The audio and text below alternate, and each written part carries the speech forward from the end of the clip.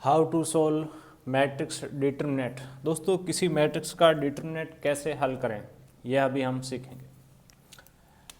तो दोस्तों पहले आपको पता होना चाहिए कि मैट्रिक्स को कैसे लिखते हैं और डिटरमिनेंट को कैसे लिखते हैं। तो दोस्तों बिल्कुल सिंपल है, आपका मैट्रिक्स कुछ इस तरीके से लिखा जाता है, इसमें बीच में एलिमेंट आ जाते हैं। जब ये इस प्रकार के कोष्टक सीधी लाइन बन जाते हैं तो आपका मैट्रिक्स ही क्या बन जाता है, डिटरमिनेंट बन जाता है। और इसके एप्लीकेशन क्या है डिटरमिनेंट के, जैसे हम क्रॉस वेक्टर निकालना चाहते हैं तो वहाँ पर इसके एप्लीकेशन, जैसे मैं दो वेक्टर दे रखा है, ठीक है, ए वेक्टर बी वेक्टर, इनका यदि मैं क्रॉस वेक्टर निकालना चाहूँगा, इन्हें क्रॉस मल्टीप्लाई करना चाहूँगा, तो मैं इसके लिए क्या करूँगा, इनको एक डिटरमिनेंट के फॉर्म में लिख देंगे और जब डिटरमिनेंट को हम कैलकुलेट करेंगे तो आपका क्या आ जाएगा, ए क्रॉस बी आ जाएगा। ठीक है, ऐसे इसके बहुत सारे एप्लीकेशन होते हैं, ठीक है, वो आप हायर क्लास में पढ़ते हैं। अभी आपको केवल यह सीखना है कि मैट्रिक्स का डिटरमिनेंट कैसे निकालें। तो बिल्कुल सिंपल है, आसान बात करेंगे आसान शब्दों में। तो इसके लिए दोस्तों आपको कुछ चिन्ह याद रखने पड़ेंगे, plus minus plus minus plus minus plus minus plus. तो ये जो चिन्ह का मैट्रिक्स बना है इसमें आप ध्यान से समझिए, 1 2 3 तीन आपकी रो है, यानी जब पहली रो के सापेक्ष आप इसको हल करेंगे तो आप इन चिन्ह को फॉलो करेंगे, दूसरी के लिए तीसरी के लिए, ठीक है। और इसमें तीन तरीके तो रो के हो गए, यानी किसी भी रो के रेस्पेक्ट में इसको हम सॉल्व कर सकते हैं, हल कर सकते हैं। तीन तरीके हो गए आपके कॉलम के, 1 2 3। तो जब कॉलम के रेस्पेक्ट में पहले कॉलम दूसरे कॉलम ऐसे चिन्ह को लेंगे तो कुल मिलाकर 3 + 3 कितने, 6 तरीके हो गए। आपको 6 समझ नहीं आ रहा है कोई बात नहीं, आप कोई एक तरीका सीख लो, जो भी मैं बताऊंगा। किसके रेस्पेक्ट में, प्रथम पंक्ति के R1 के रेस्पेक्ट में इसको सॉल्व करना है। तो हम यहाँ लिख देंगे R1 के सापेक्ष हल करने पर पंक्तियों को क्या लिखते हैं, R1 R2 R3, कॉलम को क्या लिखते हैं, C1 C2 C3 के सापेक्ष हल करने पर। चलिए हल करते हैं। एलिमेंट क्या है, -1 है, इसके साथ आएगा डिटरमिनेंट। बीच में देखिए पहले प्लस चिन्ह है, बीच में आपका माइनस चिन्ह है, तो ये लो सर माइनस चिन्ह किसकी प्रॉपर्टी से, डिटरमिनेंट की प्रॉपर्टी से। अब बीच का एलिमेंट यहाँ पे कौन है, देखिए 2 है, 2 आपका प्लस का है तो डायरेक्ट लिख दिया। यदि माइनस का होता तो इसको हम कोष्टक में लिखते हैं, -2 कोष्टक, ठीक है। इसके साथ आएगा डिटरमिनेंट।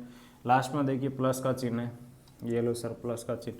यहाँ कौन है, -1, ये लो सर -1, इसके साथ आपका डिटरमिनेंट। अब इन डिटरमिनेंट में हम कुछ वैल्यूज़ भरते हैं, वैल्यूज़ लिखते हैं। देखिए बिल्कुल सिंपल है, आसान है।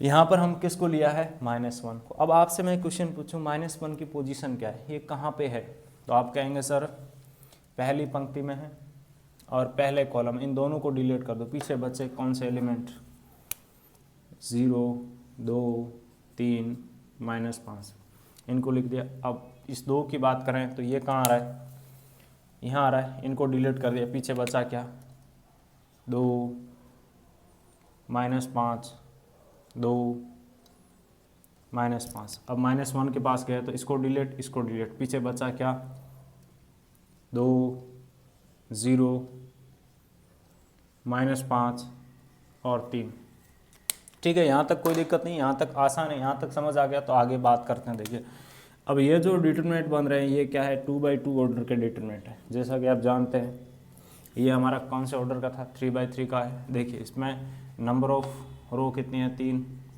नंबर ऑफ कॉलम कितने हैं, 3, तो इसका ऑर्डर क्या बन गया, 3/3।